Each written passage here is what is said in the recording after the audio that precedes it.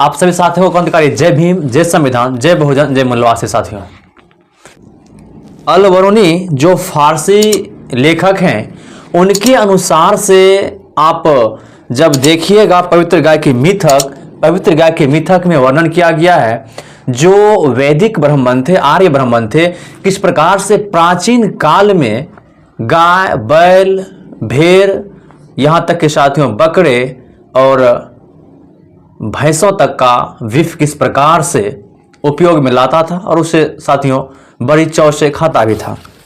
प्राचीन काल में नियम बन चुका था, यदि किसी के घर में अतिथि आवे तो उसका स्वागत विष गाय के मांस या बैल के मांस या भैंस के मांस से किया जाता था साथियों। लेकिन आज के युग को कलयुग कहा जाता है। हालांकि जो मनवादी है उसके अनुसार से कलयुग है, लेकिन एक तरह से सोचा जाए तो यह एक कलम युग है। कलम युग इसलिए इस युग में पढ़कर लोग अपने हक और अधिकार की बात साथियों करने लगे हैं। तो अल बरूनी के अनुसार साथियों घोड़े, खच्चरों, गधों, ऊंटों, हाथियों, पालतू मुर्गे, कौओं, तोतों और बुलबुलों के साथ साथ गाय का भी नाम साथियों लेता है, लेकिन बताता है कि उन्हें भेड़, बकरे और साथियों कुरंग, गेंडे, भैंसे, मछली तथा जो अरुचित और उपकारिणी ना हो उसे भी साथियों खाते थे। और आप लोग देखे होंगे कि अभी भी जो मंदिर है, दुर्गा मंदिर हो या काली मंदिर हो, जो चर्चित मंदिर है उसमें अभी भी गाय की और साथियों भैंस की भी बलि दी जाती है साथियों। आप देख सकते हैं कि गुवाहाटी जो असम में पड़ता है और कलकत्ता स्थित जो मंदिर कामाख्या है, कामाख्या और काली मंदिर, कामाख्या मंदिर जो गुवाहाटी में है और पश्चिम बंगाल में जो काली का मंदिर है उसमें महिष बलि दी जाती है। इसका मतलब साथियों भैंसा का बलि अभी भी वहां दिया जाता है। और साथियों कलकत्ता में एक साथियों बुचर खाना है जो सबसे चर्चित बुचर खाना है और उस बुचर खाने का विज्ञापन मंदिरों के नाम पर किया जाता है, काली मंदिर के रूप में किया जाता है। और वहां बलि दी गई जो बीफ होती है, चाहे वे बैल का हो या साथियों भैंसा का हो, उस बीफ का उपयोग प्रसाद के रूप में जो भी हिंदू हैं, आखिर वहां मुस्लिम तो जाएगा नहीं, हिंदू ही जाएगा, तो जो वहां के आसपास के हिंदुत्व बोल सकते हैं या जो बोल सकते हैं साथियों, वे लोग उस विप का उपयोग प्रसाद के रूप में खरीद कर करते हैं साथियों।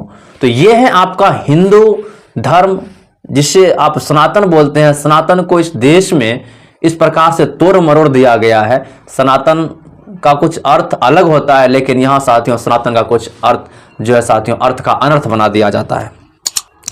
तो इन सभी बातों की व्याख्या किस प्रकार से जो आर्य ब्राह्मण थे प्राचीन काल में किस प्रकार से गाय का सेवन करता था और साथियों बैल का सेवन करता था, अतिथि के तौर पे कैसे उसे साथियों उसका उपयोग भोजन के रूप में करता था साथियों, इन सभी बातों की व्याख्या हम लोग इस वीडियो में करने वाले हैं। और मैं प्रत्येक वीडियो में बता देता हूं कि मैं कुछ भी अपने मन से नहीं बोलता हूं। यह जो आपका पवित्र गाय की मिथक है जो डी.एन. झा के द्वारा लिखा गया है, इसमें आप पेज नंबर देख सकते हैं, पेज नंबर 89, उसके बाद 90 से 91 में इन सभी बातों की व्याख्या की गई है साथियों। इस सबके विपरीत अल बरूनी जो है 717 से 30 ईस्वी ब्राह्मणों के लिए खाद्य पशु पक्षियों जिसमें कि वर्णन किया गया है घोड़े, खच्चरों, गधों, ऊंटों, हाथियों, पालतू मुर्गों, कौओं, तोतों और साथियों बुलबुलों के साथ साथ गाय का भी नाम लेता है, लेकिन बताता है कि उन्हें भेड़, बकरे, कुरंग, गेंडे, भैंसे, मछली तथा जो अरुचिकर और ना हो ऐसे पक्षियों का मांस खाने की भी इजाजत थी साथियों। जिसमें की रुचि भी नहीं है उस मांस को भी खा सकते थे साथियों, ऐसा इसमें लिखा गया है। वह बताता है कि प्राचीन काल में ब्राह्मण गाय का मांस खाया करते थे, हालांकि इसके चलन की समाप्ति के उससे जो विभिन्न कारण बताए गए उनसे वह संतुष्ट नहीं था। बताया जा रहा है कि प्राचीन काल में ब्राह्मण गाय का जो मांस होता है उसका सेवन करता था। बहरहाल स्पष्ट है कि जिन लोगों जिन लोगों से अलबरूनी को इस विषय की जानकारी मिली, उनके मन में गाय का वध करने और उसका मांस खाने के चलन की स्मृति कायम थी। साथियों, अल-बरौनी जो साथियों एक कहानीकार थे, जो एक लेखक थे, उनकी जब रूबरू हुई उस व्यक्ति से, तो उन्होंने बताया किस प्रकार से गाय का साथियों मांस उपयोग में लाया जाता था। इस प्रकार ब्राह्मण्य हलकों में सामिसाहार चलता रहा। जिन टीकाओं तथा धर्म ग्रंथों के सार संक्षेपों में गो हत्या का निषेध किया गया, उसमें भी कहा गया है कि पहले इसका साथियों रिवाज था। जब वो टीकाकरण के तौर पे भी देखा जाता है तो उसकी व्याख्या की जाती है, तो उसमें उसका वर्णन है कि गाय का वध जो है उस समय साथियों किया जाना, जो उसका रिवाज था उस समय किया ही जाता था। अपराकर 12वीं सदी ने पुराणों तथा स्मृतियों के ऐसे अवतरण उद्धृत किए हैं जिनमें गोवध का स्पष्ट निषेध किया गया है, जिसमें कि साथियों गोवध का स्पष्ट तरह से निषेध किया गया है। मार्कंडेय पुराण के एक श्लोक के आधार पर उसने अतिथि के गाय के बदले सुनहली नाव भेंट देने की सिफारिश की है और कहा है कि भृगु के अनुसार किसी भी जानवर की हत्या नहीं करनी चाहिए। वहाँ जो साथियों जो भी आपका जो मार्कंडेय पुराण के अनुसार से उस श्लोक में वर्णन किया गया है कि अतिथि को गाय के जगह एक साथियों सुनहरी जो नाव भेंट किया जाए ताकि गौ की हत्या साथियों रुक सके, इस प्रकार से इसमें बताया गया है। तथापि वह शंख का एक आस्य का एक अवतरण उद्धृत करता है कि भैंसों, बकरों, भेड़ों, रूरू हिरणों, साधारण हिरणों तथा धब्बेदार हिरणों का मांस खाद्य है। उस समय साथियों भैंस का भी मांस, बकरे का मांस, उसके बाद हिरण का मांस साथियों, और धब्बेदार हिरण जो है उन सभी का मांस जो साथियों खाद्य है, मतलब खाने योग्य है। देवन भट्ट 13वीं सदी क्रतु का एक अवतरण उद्धृत करता है जिसमें कलियुग में गायों के कर्मकांडी वध पर निषेध लगाया गया है। इसका अर्थ वह एक पौराणिक प्रमाण से करता है। इसी प्रकार हेमाद्रि 1260 से 1270 ईस्वी श्राद्ध में गोवध और मांस के अर्पण का निषेध करता है। साथियों उसमें जो है श्राद्ध में भी गौ मांस और भैंस का जो साथियों उसका जो है अर्पण जो है उसमें किया गया है, उसका अर्पण किया जाता था साथियों।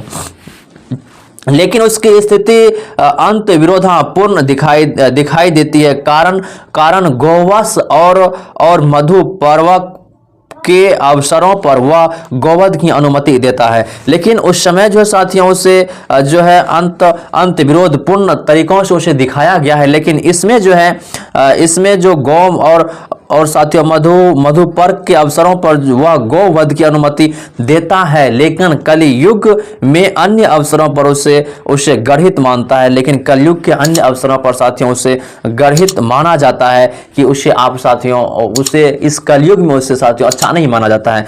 कुछ काल बाद चंडेश्वर 1310 से 1360 ईस्वी अपनी प्रकृति गृहस्थ रत्नाकार में हारित का एक अवतरण सानुमोदन उद्धृत करता है जिसमें बकरों, भेड़ों, भैंसों, हिरणों, गेंडों तथा बेनेले सुवर्णों के मांस के उपयोग की अनुमति दी गई है। वह आदित्य पुराण के भी एक अवतरण का हवाला देते हैं जिसके अनुसार कलियुग में अतिथि का स्वागत गोवध के बिना किया जाना चाहिए। अब इसमें देख सकते हैं साथियों जो आश्वलायन की उस स्मृति है जिसमें कि जो अतिथि आता था उसके लिए गोवध करना साथियों एक साथियों जो उसका कर्तव्य बन गया था, गोमांस खाना भी उसका साथियों कर्तव्य बन गया था।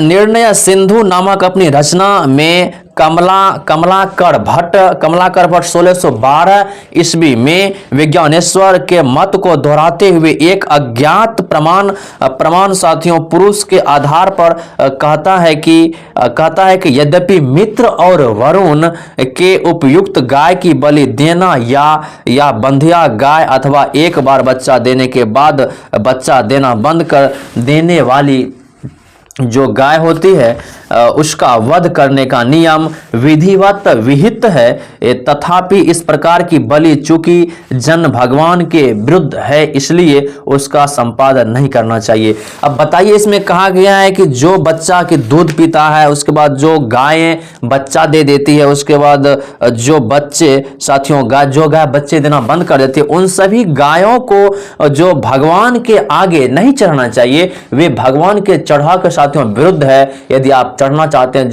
जो गाय बच्चे नहीं दी हुई है उन गाय को आप चढ़ाएं, और जो बच्चे दूध नहीं पी रहे हैं उस बच्चे को आप साथियों उसे बलि के तौर पर आप दे सकते हैं। देख लीजिए, जो उड़ीसा है साथियों, उड़ीसा में सोनपुर तथा बौर में बुलंद डुमरा लोग 1970 वाले दशक तक महिष बलि देते थे। उड़ीसा में जो सोनपुर है, सोनपुर तथा बौर में जो दुम्बल या साथियों डुमर लोग हैं, 1970 वाले दशक तक जो है महिष बलि देते थे। उत्तर पूर्व बिहार में बनगांव महिषी में महिष बलि की परंपरा आज तक काफी प्रबल है साथियों। उत्तर पूर्व बिहार में जो बनगांव है, वहां जो महिषी में महिष बलि देता था साथियों, अभी तक भी वह परंपरा चल ही रहा है। गुवाहाटी असम तथा कलकत्ता पश्चिम बंगाल में क्रमशः कामाख्या और काली के मंदिरों के महिष बलि दी जाती है साथियों। अभी भी जो गुवाहाटी असम है और कलकत्ता जो पश्चिम बंगाल है, उसमें क्रमशः कामाख्या मंदिर और काली मंदिर जो वहां अभी भी साथियों महिष बलि दी जाती है। कलकत्ता में तो एक बुजरखाने का विज्ञापन काली मंदिर के रूप में किया गया है, ताकि भोले भाले अंधविश्वासी लोग प्रसाद मानकर वहां से मांस खरीदें। अभी भी जो कलकत्ता में एक बुजरखाना है, और बुजरखाने के अंदर जो काली मां का स्थान है, उस काली स्थान की व्याख्या, उस बुजरखाने का प्रचार साथियों विज्ञापन काली मंदिर के नाम पर किया था, ताकि अंधविश्वासी लोग आए वहां और गाय का मांस जो प्रसाद के रूप में वहां से लेकर जाएं और उसे साथियों स्वीकारें। विभिन्न स्थानों में कर्मकांडी महिष वध के जारी रहने का श्रेय एक हद तक मांसाहार को प्रदान की गई धर्मशास्त्रीय स्वीकृति को दिया जा सकता है। यद्यपि महिष वध तथा मांसाहार में ब्राह्मणों की सीधी शिरकत में शायद अलग अलग क्षेत्रों के अनुसार विभिन्नता रही हो साथियों। उसमें जो है ब्राह्मण का जो है अलग अलग क्षेत्रों में अलग अलग प्रकार से विभिन्नता रही है साथियों। आप लोग देखें कि किस प्रकार से जो कलकत्ता है, कलकत्ता में जो बुजरखाना विख्यात बुजरखाना है, उसका विज्ञापन काली मंदिर के नाम पर किया था, इसलिए कि वहां के लोग आए और मंदिर में जो है साथियों प्रसाद के नाम पे उस गाय का मांस को खरीदे और उसे साथियों ग्रहण करें। तो ये थी आपकी हिंदुत्व धर्म, जिसे आप हिंदू बोलते हैं, अपने आप को हिंदू साबित करते हैं, तो आप लोग ही बड़ी चाव से गौ का मांस खाइए और अपने आप को हिंदुत्व कहकर चिल्लाते रहिए। मिलते हैं फिर नेक्स्ट वीडियो में। जय भीम, जय संविधान, उपदय, जय हिंद, जय मूल्यवासी।